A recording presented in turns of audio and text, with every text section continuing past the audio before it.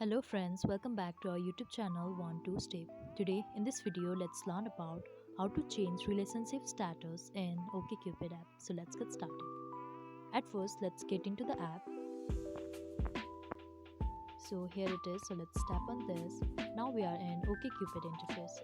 Now click on this profile icon in the bottom right corner and click on your profile over here. So let's tap on this and scroll down and click on edit over here.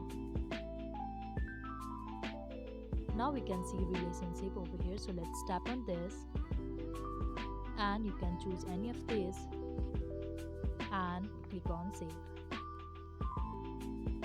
So this is how you can change your relationship status in OkCupid. I hope you like the video. Please do like and subscribe. Thanks for watching.